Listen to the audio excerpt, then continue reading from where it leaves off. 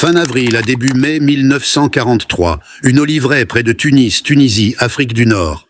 Des unités de reconnaissance alliées découvrirent ce que les officiers du renseignement appelleraient en plus tard la plus précieuse aubaine du renseignement de la campagne d'Afrique du Nord. Tiger 712, abandonné, intact, fonctionnel. L'énorme char lourd allemand se tenait silencieux parmi des oliviers noueux, son canon de 88 mm immobile. L'équipage avait fui sans détruire son véhicule. Aucune charge de démolition n'avait été placée. Dans le chaos d'un effondrement militaire total, les Allemands avaient laissé leur arme la plus redoutée aux Alliés pour qu'elle soit capturée entière. Ce qui serait appris de ce monstre d'acier de 60 tonnes s'avérerait plus précieux que la destruction d'une douzaine de tigres au combat. Le char révélerait non seulement l'excellence de l'ingénierie allemande, mais aussi une faiblesse stratégique critique qui rendait même l'arme la plus puissante vulnérable sur le champ de bataille. Non pas à cause d'un blindage inadéquat ou d'une puissance de feu insuffisante, mais à cause d'un appétit en carburant si massif qu'il défiait les opérations militaires durables au cours de campagnes prolongées. La campagne d'Afrique du Nord s'acheva en désastre complet pour les forces de l'Axe. Entre le 7 et le 13 mai 1943, environ 230 000 soldats allemands et italiens se rendirent en Tunisie. Tout l'Afrika Korps cessa d'exister en tant que force combattante. Parmi les unités rendues se trouvaient des survivants du Schwer Panzerabteilung 501, l'une des principales formations blindées allemandes équipées de chars Tigre. Les Tigres étaient arrivés en Tunisie à partir de fin novembre 1942. 3 Tigres du Schwer Panzerabteilung 501 atteignirent Tunis le 23 novembre 1942, marquant les débuts au combat des chars lourds allemands en Afrique du Nord. D'autres Tigres arrivèrent en décembre et janvier, portant finalement la force du bataillon à 20 véhicules opérationnels. La réputation du Tigre précéda son arrivée en Tunisie. Les forces soviétiques sur le front de l'Est avaient rencontré ces behémoths en janvier 1943 près de Leningrad. Les rapports de l'armée rouge décrivaient des véhicules capables de détruire des chars moyens T-34 à des distances dépassant 2000 mètres. Les Tigres montaient le fameux canon de 88 mm dérivé de l'arme anti-aérienne efficace de l'Allemagne, converti pour un usage anti-char. Ce canon pouvait percer le blindage frontal de tous les chars alliés à des distances où le tir de retour restait impossible. Les forces américaines reçurent leur premier rapport de renseignement sur les chars super lourds allemands début février 1943 par des sources britanniques. Les descriptions semblaient exagérées aux soldats habitués à affronter les chars moyens Panzer III et Panzer IV. Les synthèses du renseignement décrivaient un char pesant plus de 55 tonnes avec un blindage frontal de 100 mm d'épaisseur et un canon principal capable de détruire les chars alliés à des distances de distance au-delà de 2 km. Beaucoup de tankistes américains rejetèrent ces rapports, les considérant comme des exagérations ou de la propagande britannique. La réalité dépassa les avertissements du renseignement. Le 14 février 1943, les forces allemandes lancèrent l'opération Frühlingswind, frappant les positions américaines au col de Kasserine dans le centre de la Tunisie. Des éléments de la 21e Panzer-Division, renforcés par des Tigres du Schwer Panzerabteilung 501, attaquèrent le combat commande A de la 1ère Armored Division américaine. La bataille de Sidi Bouzid les 14 et 15 février démontra de manière décisive la supériorité du Tigre. Le combat commande C de la 1ère Division blindée contre-attaqua le 15 février avec 52 chars moyens Sherman. Les forces allemandes avaient positionné des canons anti-chars dans une embuscade classique, avec les Tigres en soutien à plus longue portée. Au moment où le combat commande C se retira, 46 des 52 chars Sherman avaient été détruits ou mis hors de combat.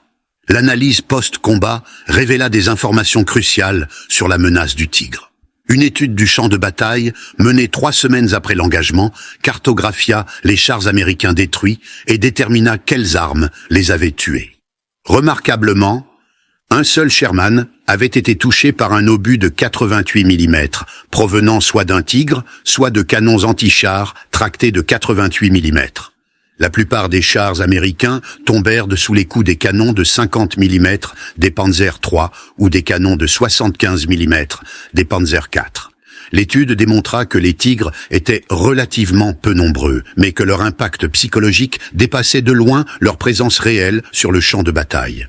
La bataille du col de Kasserine, commençant le 19 février 1943, initia les forces terrestres américaines au combat à grande échelle contre des blindés allemands expérimentés. Les Tigres participèrent à l'offensive, bien qu'en nombre limité. Les chars américains, Sherman, montant des canons de 75 mm, devaient se rapprocher à moins de 300 mètres pour avoir une quelconque possibilité de pénétrer le blindage du Tigre sur les flancs ou l'arrière. Les Tigres pouvaient engager efficacement depuis 2000 mètres avec une quasi-impunité face à une attaque frontale. L'impact psychologique sur les équipages de chars américains s'avéra sévère. Les médecins militaires documentèrent ce qu'ils appelèrent la tigrophobie parmi les tankistes ayant rencontré les chars lourds allemands.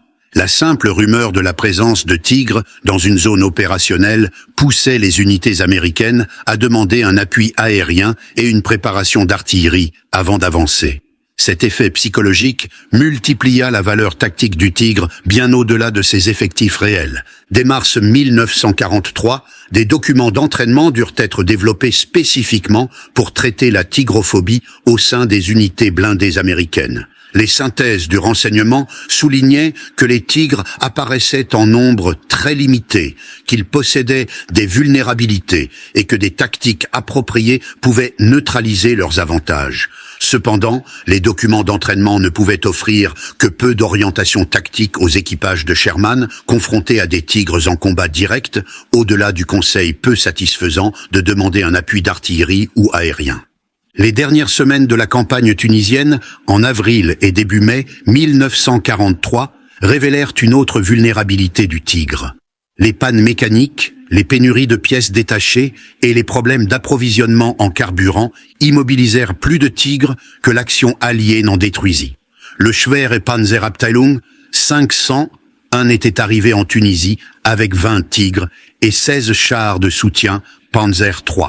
Fin avril, seule une poignée restait opérationnelle. Les autres gisaient abandonnés ou détruits par leurs propres équipages lors de l'effondrement des forces allemandes.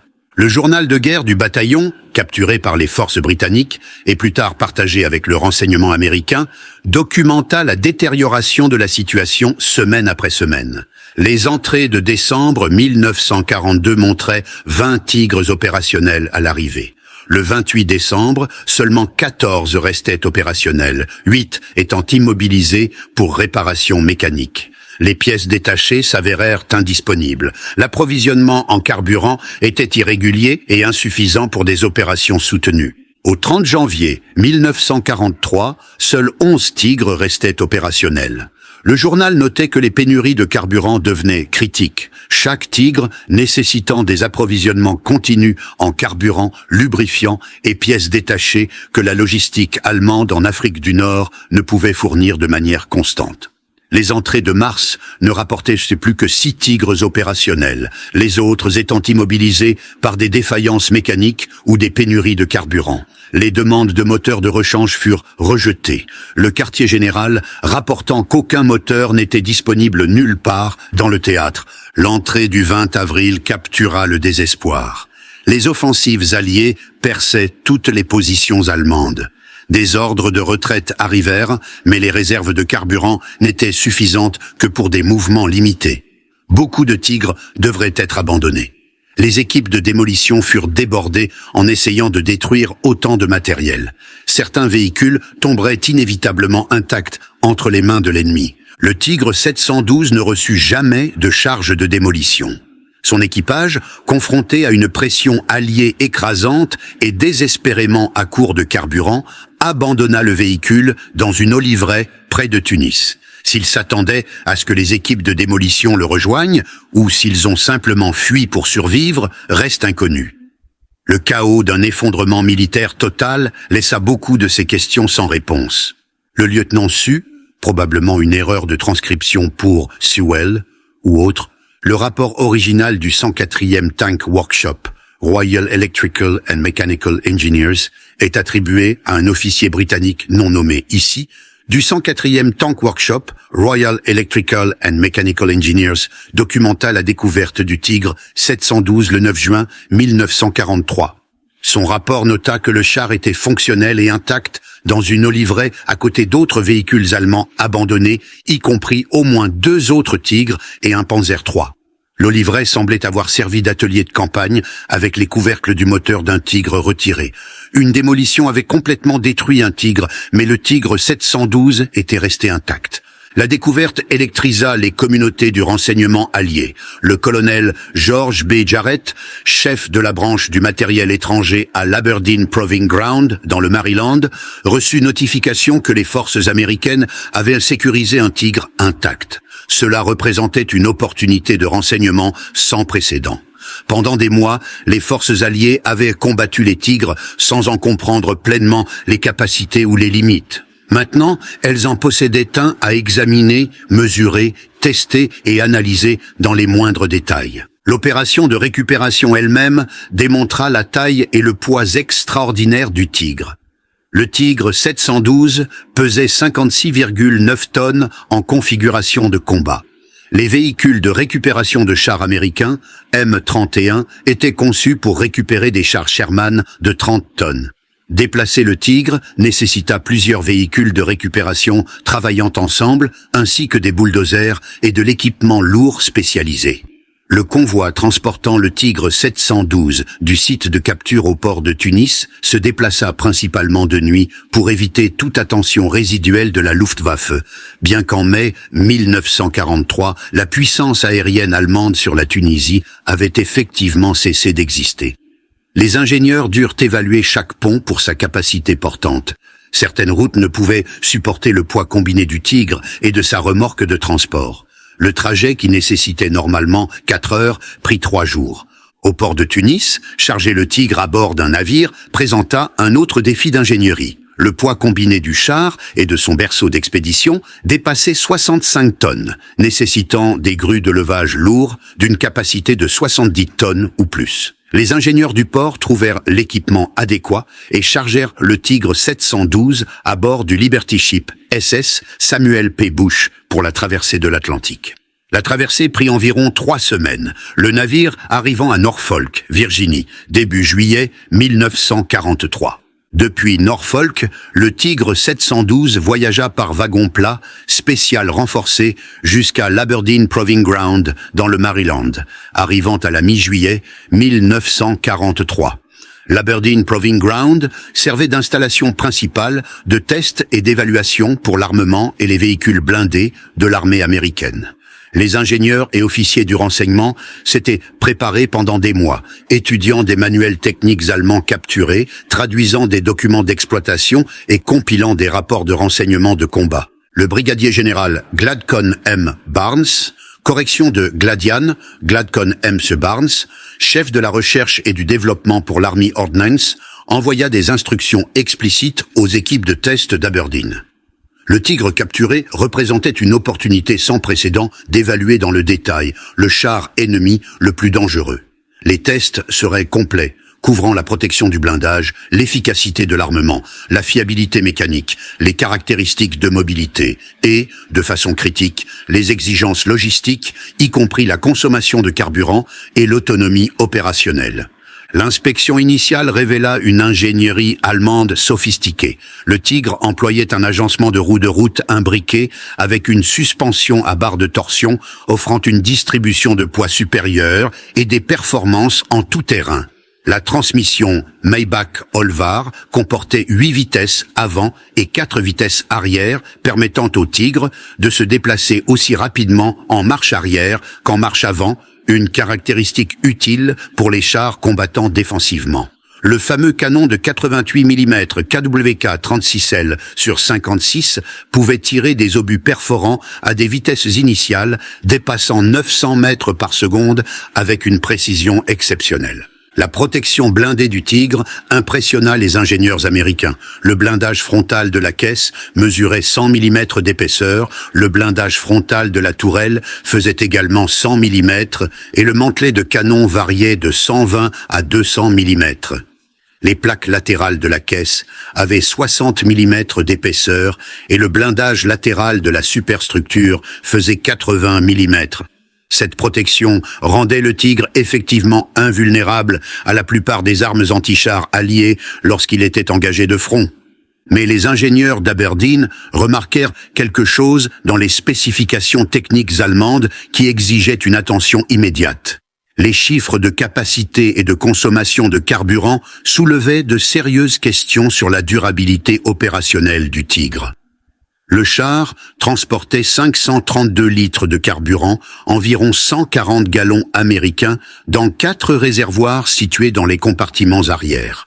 Le moteur V12 Maybach HL 230 produisait 690 chevaux.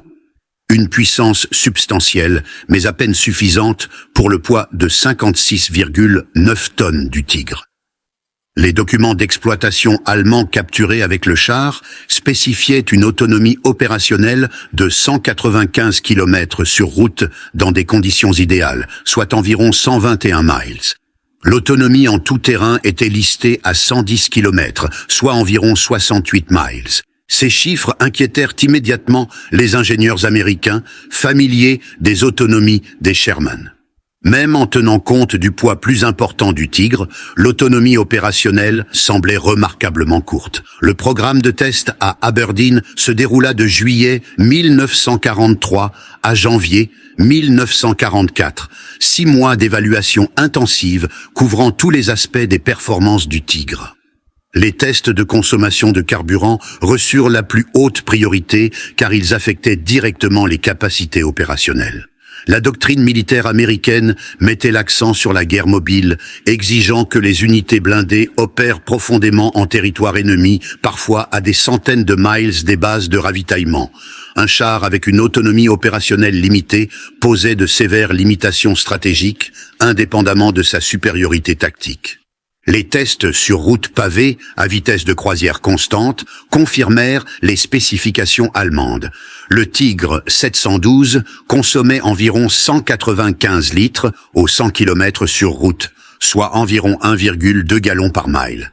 Cela donnait une autonomie maximale théorique d'environ 117 miles avec la pleine capacité de carburant de 140 gallons, correspondant étroitement aux affirmations allemandes de 121 miles.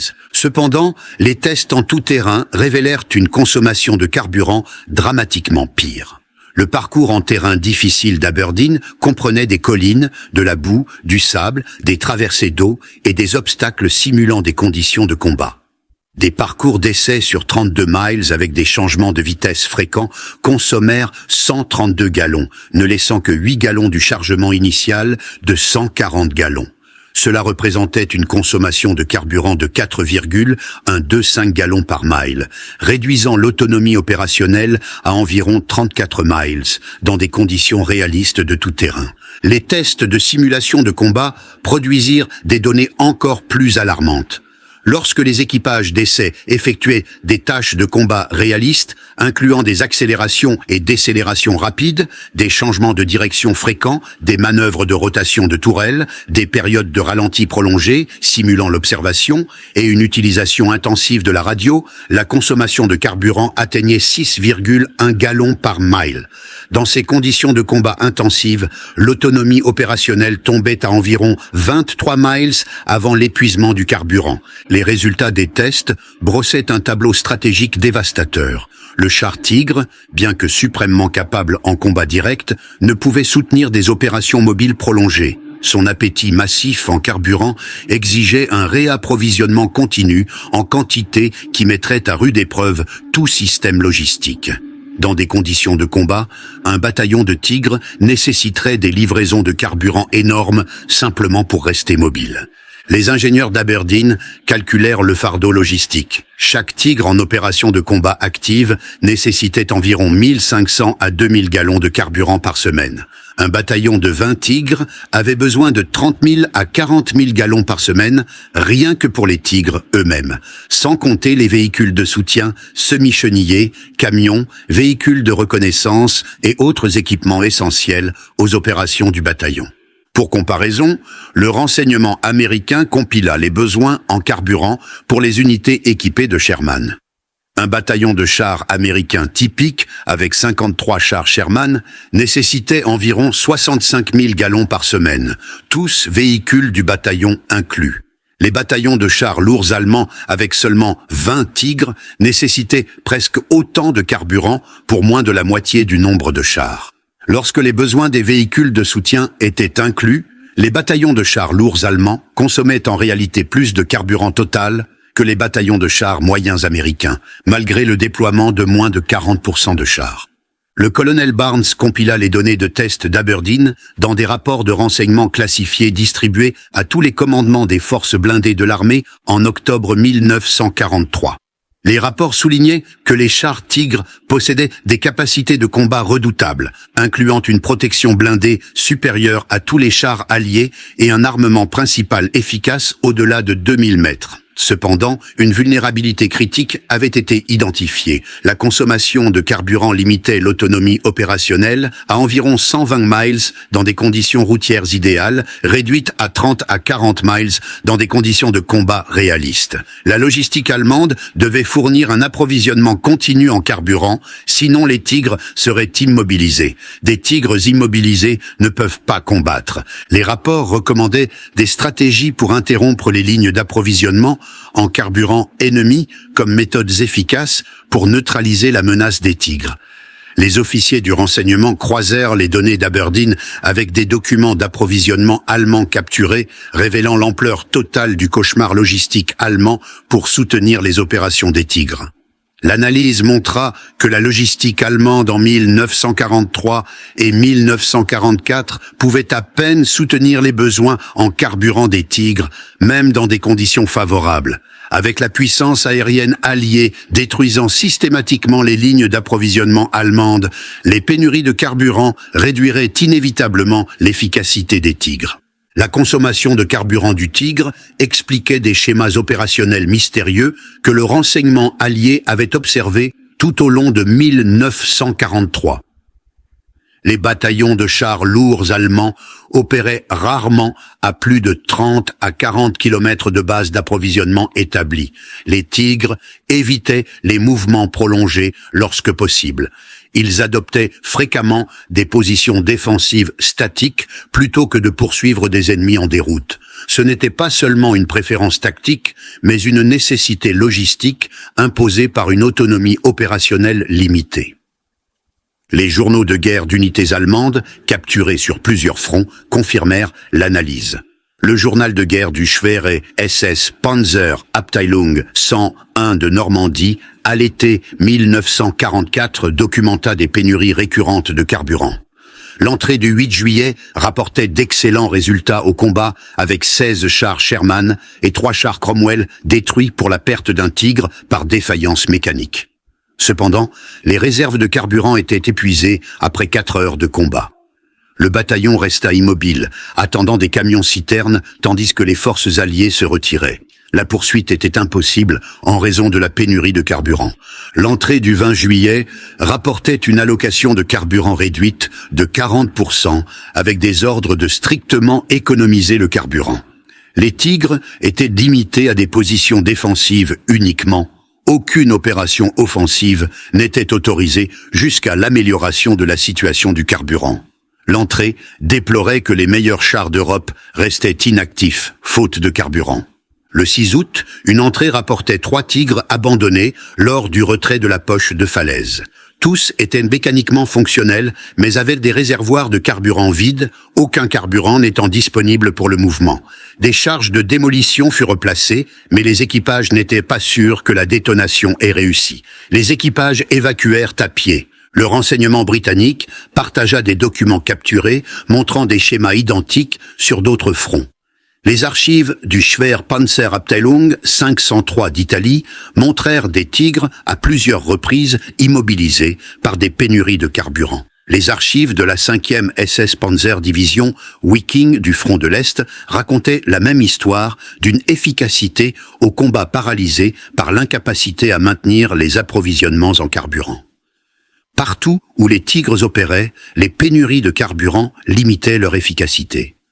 Le renseignement américain distribua des directives tactiques basées sur les conclusions d'Aberdeen à toutes les unités de combat d'ici novembre 1943. Les directives conseillaient que, lors d'une rencontre avec des Tigres, les unités devaient éviter si possible un engagement frontal direct. Au lieu de cela, il fallait manœuvrer pour forcer les Tigres à se repositionner. Chaque mile qu'un Tigre parcourt consomme des réserves de carburant significatives. Des manœuvres prolongées épuisent rapidement les réserves de carburant des Tigres. Des Tigres immobilisés peuvent être contournés ou détruits avec un appui d'artillerie et aérien plutôt que de risquer un engagement direct de chars. Des films d'entraînement produits fin 1943 incorporèrent les conclusions sur la consommation de carburant.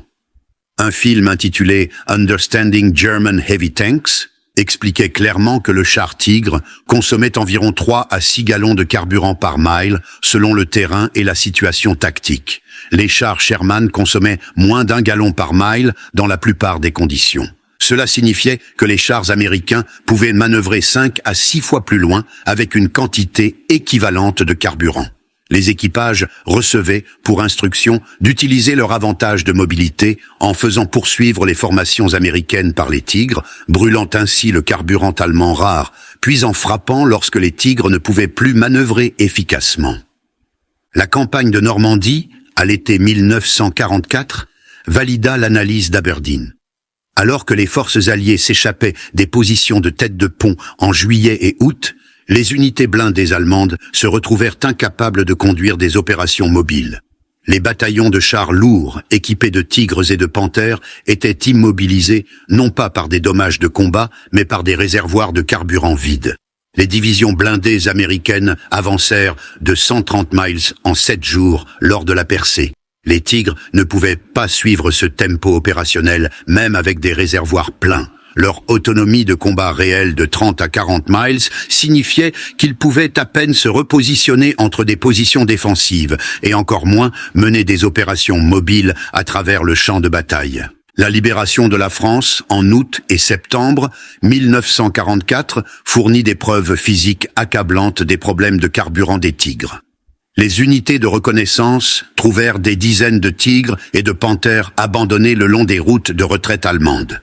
La plupart ne montraient pas de dommages de combat significatifs. Tous avaient les réservoirs de carburant vides. Les équipages allemands détruisirent les véhicules qu'ils purent, mais manquaient souvent même du carburant nécessaire pour effectuer des démolitions appropriées.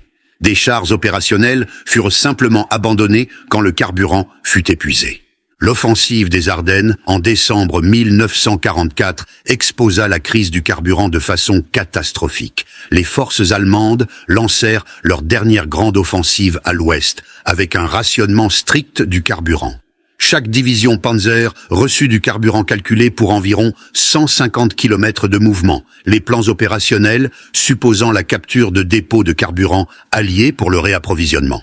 Le plan échoua complètement. Les forces américaines tinrent ou détruisirent les dépôts de carburant et les blindés allemands s'immobilisèrent à travers la Belgique à mesure que le carburant s'épuisait. Le Kampfgruppe Peiper, fer de lance de l'offensive de la 6e Panzerarmee, avança de 60 km avant que l'épuisement du carburant n'arrête tout mouvement. Le groupe de combat incluait des Tigres de la 1re division Panzer SS Leibstandarte SS Adolf Hitler. Les soldats à Stoumont et la Gleize rapportèrent des Tigres éparpillés au bord des routes, immobilisés par des réservoirs vides plutôt que par des dommages de combat. Le major Hal D. McCone, correction de Macao, Hal D. McCone, un officier américain capturé par le Kampfgruppe Peiper, qui s'échappa plus tard, témoigna que les officiers allemands discutaient ouvertement de la situation du carburant. Ils avaient désespérément besoin de capturer les dépôts de carburant américains. Lorsque les forces américaines tinrent les dépôts, l'offensive allemande s'effondra. McCown fut témoin d'équipages de Tigre siphonnant frénétiquement le carburant de véhicules hors de combat, essayant de remettre au moins quelques Tigres en mouvement. La crise du carburant était totale et absolue. Les archives allemandes capturées après la guerre révélèrent que les pénuries de carburant dominèrent la planification opérationnelle allemande à partir de 1943. Chaque Tigre consommait environ 300 000 gallons de carburant au cours de sa durée de vie moyenne. Cette même quantité de carburant aurait pu alimenter 7 chars Panther ou 18 chars Panzer IV. L'Allemagne avait choisi la puissance de feu concentrée plutôt que la capacité distribuée et paya le prix stratégique en paralysie opérationnelle lorsque les approvisionnements en carburant diminuèrent. L'évaluation finale américaine, préparée par l'Army Ordnance en mars 1945, conclut de manière définitive que le char lourd Tiger Pain représentait une conception exceptionnelle pour les performances individuelles au combat, mais un échec catastrophique en durabilité logistique.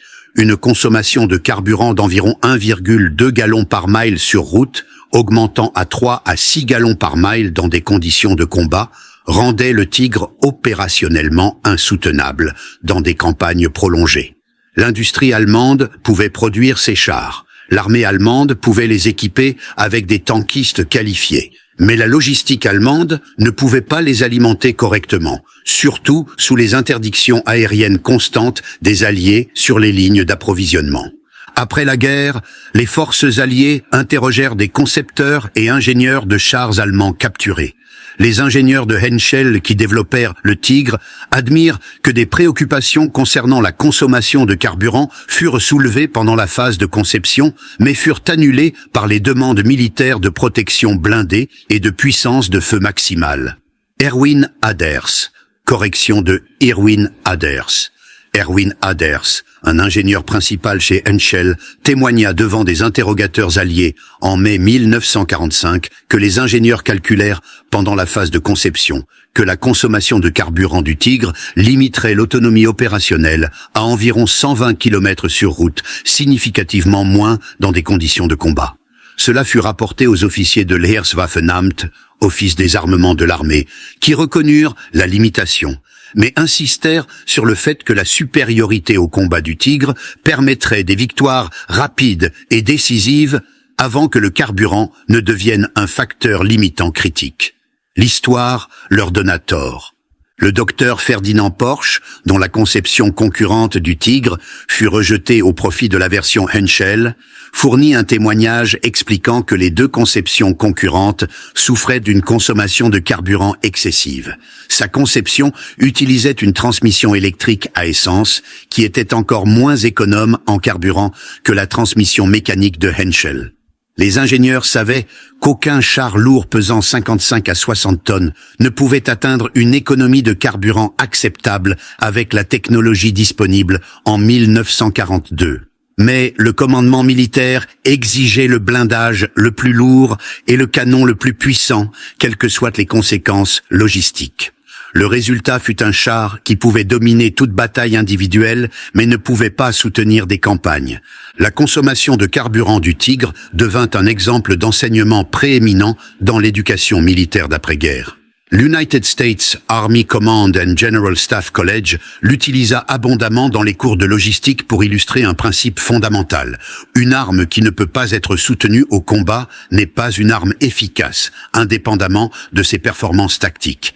Le char Tigre, malgré sa réputation redoutable et sa supériorité tactique réelle, prouva ultimement ce principe à travers des milliers d'exemples sur les champs de bataille européens.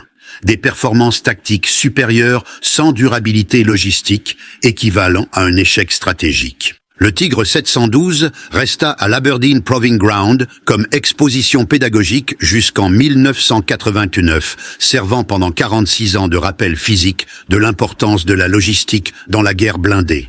Le char qui avait terrorisé les équipages alliés en 1943 devint un outil pédagogique enseignant la relation critique entre la capacité tactique et la durabilité stratégique.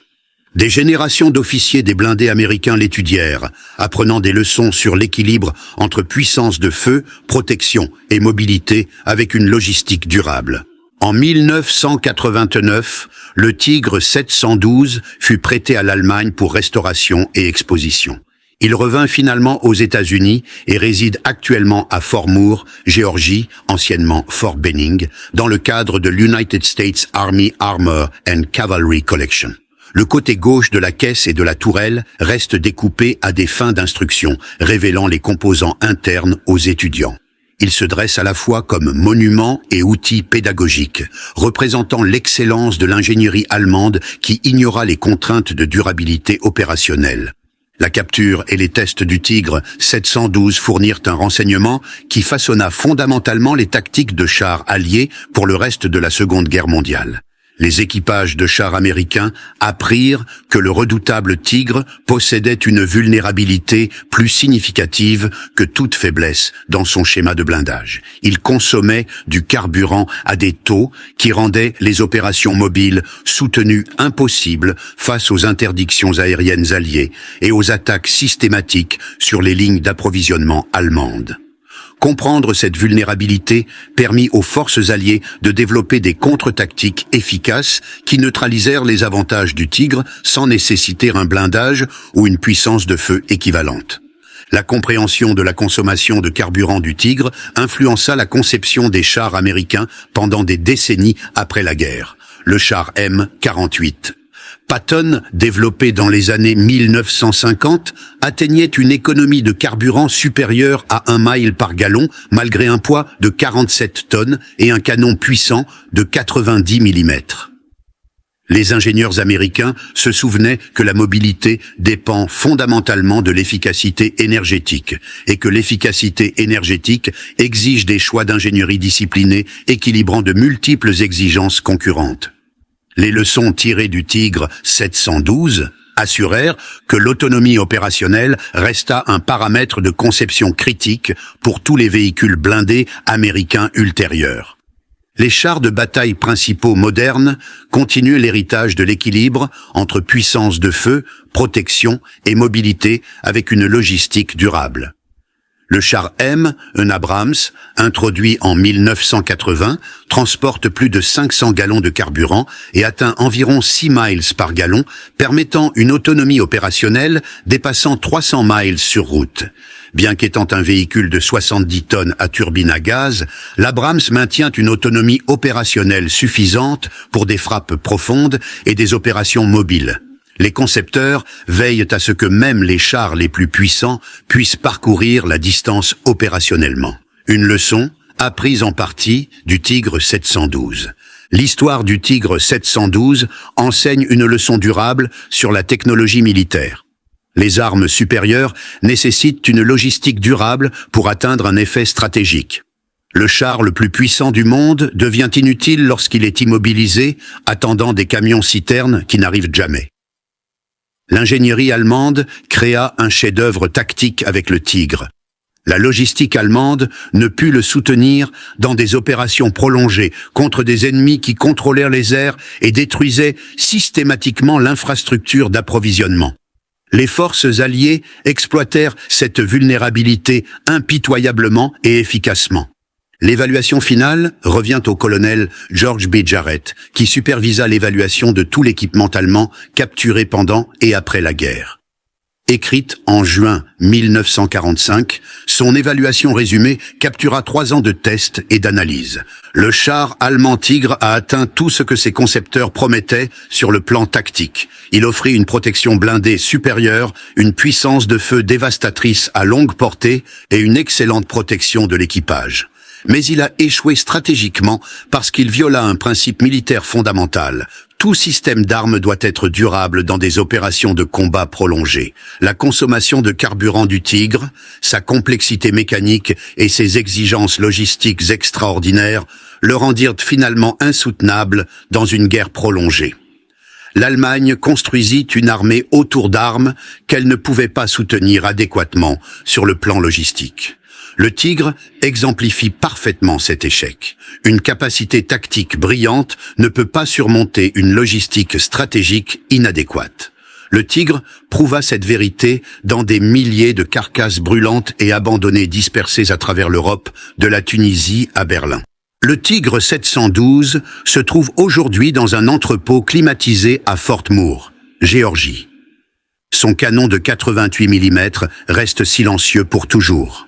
Le moteur Maybach, qui consommait le carburant si voracement, ne fonctionnera plus jamais. Mais les leçons qu'il enseigna continuent de résonner dans chaque école des blindés, chaque cours de logistique, chaque collège d'état-major étudiant la guerre mécanisée moderne. Les principes sont intemporels et universels. Le char qui terrorisa les équipages alliés en 1943 devint l'enseignant qui façonna la doctrine blindée moderne, non pas par ses forces considérables, mais par sa plus grande faiblesse. Le Tigre pouvait dominer n'importe quel champ de bataille individuel grâce à une puissance de feu et une protection supérieure. Mais il ne pouvait pas atteindre des champs de bataille éloignés, ne pouvait pas soutenir des opérations prolongées loin des bases de ravitaillement et ne pouvait pas survivre à l'affamement systématique en carburant que la puissance aérienne alliée et le ciblage logistique infligèrent aux forces allemandes. Un char qui ne parcourt que 120 miles sur un réservoir plein dans des conditions idéales, réduit à 30 miles dans des conditions de combat, ne peut pas gagner des guerres s'étendant sur des continents entiers. L'Allemagne a pris cette leçon à travers des milliers de Tigres abandonnés, de l'Afrique du Nord à la Normandie, aux Ardennes, à Berlin. L'Amérique l'a pris à travers les tests systématiques du Tigre 712 et construisit une force blindée qui priorisa la durabilité opérationnelle aux côtés de la capacité au combat. Dans la guerre mécanisée, le côté qui peut soutenir des opérations sur la distance et le temps gagne. Le Tigre oublia cette règle fondamentale. L'histoire ne pardonna jamais cette omission. La capture et les tests du Tigre 712 assurèrent que les forces alliées comprirent complètement qu'une puissance de feu ne signifie rien sans le carburant pour atteindre le champ de bataille. Une protection blindée ne signifie rien sans la mobilité pour exploiter un succès tactique. Le meilleur char du monde ne signifie rien sans l'infrastructure logistique pour le soutenir à travers des campagnes prolongées en territoire hostile sous attaque aérienne ennemie. Le Tigre 712 se dresse aujourd'hui à la fois comme monument et enseignant. Monument à l'ambition de l'ingénierie allemande qui dépassa la réalité logistique et la durabilité stratégique. Enseignant du principe durable que la guerre nécessite une ingénierie de systèmes durables et pas seulement des armes supérieures. L'arme la plus puissante devient une sculpture immobile coûteuse lorsqu'elle ne peut pas se déplacer vers la prochaine bataille. Le char Tigre prouva cette leçon de manière définitive et répétée à travers les champs de bataille européens. Les Américains qui le capturèrent et le testèrent apprirent cette leçon complètement et l'incorporèrent à leur doctrine. Les forces blindées modernes se souviennent constamment de cette leçon. La bête d'acier de 60 tonnes qui terrorisa autrefois les champs de bataille enseigne maintenant tranquillement dans un musée de Géorgie. Sa plus grande contribution à l'histoire militaire ne fut pas les chars ennemis qu'il détruisit au combat, mais la compréhension qu'il fournit sur la relation essentielle entre l'excellence tactique et la durabilité stratégique. Dans ce paradoxe réside l'histoire complète du Tigre 712. Le char le plus dangereux du monde, finalement vaincu non pas par des armes ennemies supérieures, mais par son propre appétit insatiable pour le carburant que la logistique allemande ne put jamais satisfaire adéquatement.